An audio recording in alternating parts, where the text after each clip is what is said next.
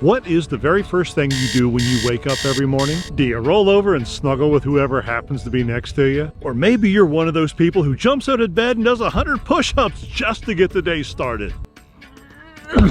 The answer is none of those things, because the very first thing that you do, the very first thing that everybody does, is check the time. Because time is not our friend. Hi, I'm Rick, and not so long ago, my girlfriend Nikki and I decided we're going to take a 15-year-old decommissioned school bus, turn it into a home, and drive it rather slowly all around the Americas, looking for fun and adventure. Sounds like fun, doesn't it? Now, I mentioned the word slowly because today we're going to have a rousing discussion about time and buses. Why? Because that ever-ticking clock that we all wake up to, it plays a huge role in how we all collectively live our lives. But before we get into an explanation of that evil time and the reasons for why we're living in a school bus, I want to give you a tour of the place because everything in here really kind of sets the tone for the entire story to come. And welcome to our home. Let me give you a look around the narrowness. Well, this is it. 6-foot kitchen counter, nice wood that we stole out of some barn in Richmond, Virginia. Futon, lots of storage underneath, lots of storage everywhere. And about half of the bus is devoted to bathroom, and I'll talk about the kitty litter for humans later, and the bedroom. I don't know if this is a walk-in closet with a bed or if it's more...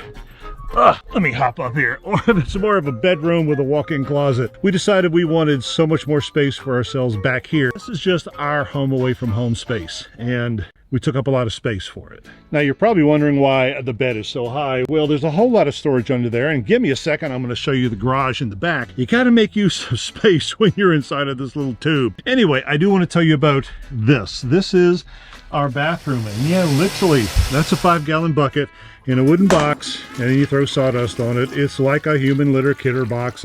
Kitty litter box for... It's where you poo and you throw your scratchy stuff on top of it. Anyway, this is our home.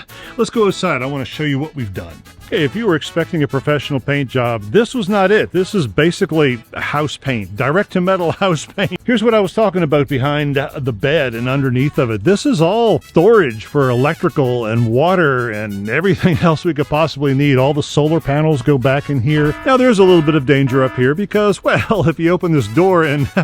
well, it's a long way to fall, but we're going to put up little kitty doors. Anyway, that's home. That's home for the next... Everyone keeps asking us, I don't know how many years, but that's home. Most people, especially here in the States, they acquire things, and then they get storage units because they don't actually want to see their things, but they do want to keep their things because one day they might need those things. And we work really hard to get the money to buy those things. And there's nothing wrong with working hard, you know, if that's your thing. But in order to succeed and acquire some more, well, sometimes you got to work harder than you have time for, which means you've got to juggle time. There has been a lot of discussion in news lately about work and time. For instance, Maryland is pushing for a 4-day work week, and they're going to incentivize businesses to allow their people to work 32 hours a week. Discovered that not only will it make the businesses more productive, it actually helps the employees. Kind of a win-win. And take France. They have long been a proponent for the workforce. You know, for instance, they have laws that prohibit businesses from requiring people to answer work emails when they're not at work. Why infringe on someone's personal time just to get a few extra free hours out? Not in France. But I gotta wonder, is the problem really the number of hours that we all work each week? Or is the problem something else? Maybe the problem lies in the way we choose to live. Good morning, and welcome to day one of our new lifestyle. Took us a few hours to get out of Miami last night.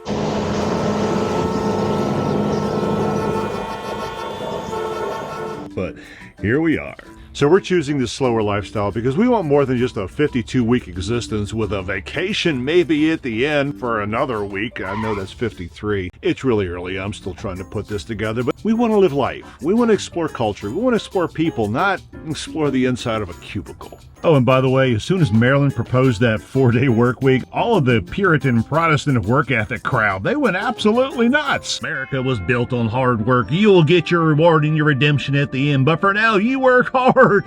You know the kind, them. Okay, but bus life is more than just living in a bus. It's taking your bus to get places, and the first place we're going today is, have you ever been to a Renaissance fair?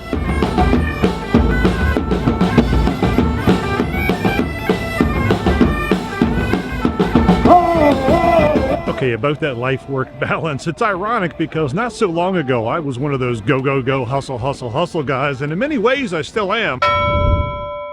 But slowing down and having an intentional and focused life, it just makes sense, and it all starts today.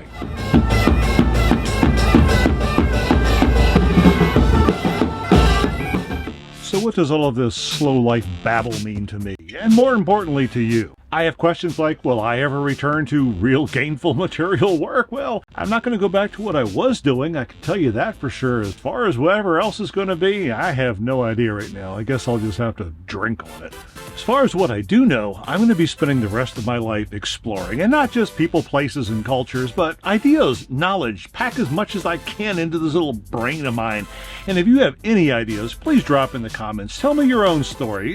Give me some thoughts that maybe I haven't thought yet. And with that, thanks for watching.